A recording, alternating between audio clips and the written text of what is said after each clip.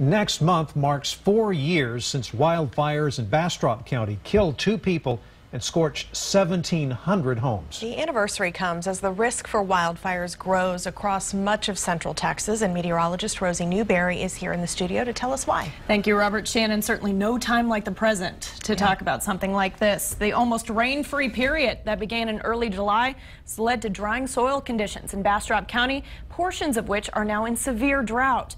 The drier the underbrush is, the higher the wildfire risk will become. We spoke with one woman today in Bastrop who remembers the wildfires all too well.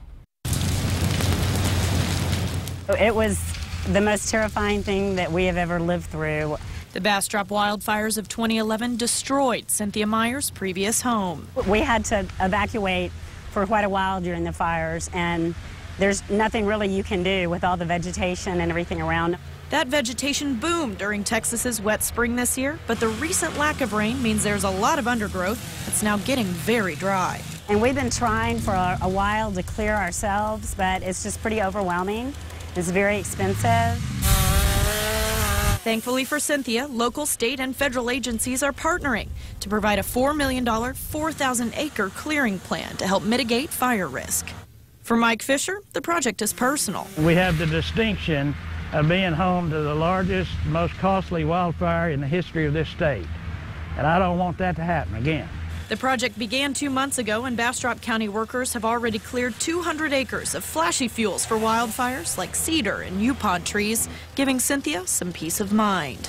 We could have never done this ourselves. We've been trying, but it's just such a massive effort. So I can't thank them enough for coming in and helping all of us. The project is expected to be completed by 2017, but the Bastrop County Emergency Management Coordinator says he hopes one day to create enough funding for this to become a full-time county department. All right, Rosie, thank you. And earlier this year, a KXAN investigation revealed some local counties have yet to create a wildfire protection plan. The Texas A&M Forest Service says the plan is essential to be fully prepared because it identifies areas at greatest risk and clearing hazards like old brush. We checked back in with those counties for the latest information. Hays County telling us it still has yet to create a plan because of a flood recovery effort going on down there. And Williamson County has also failed to put a plan into place. Officials there say they're waiting on a $500,000 grant from FEMA to pay for a large brush clearing project. Travis and Bastrop counties already have wildfire protection plans in place.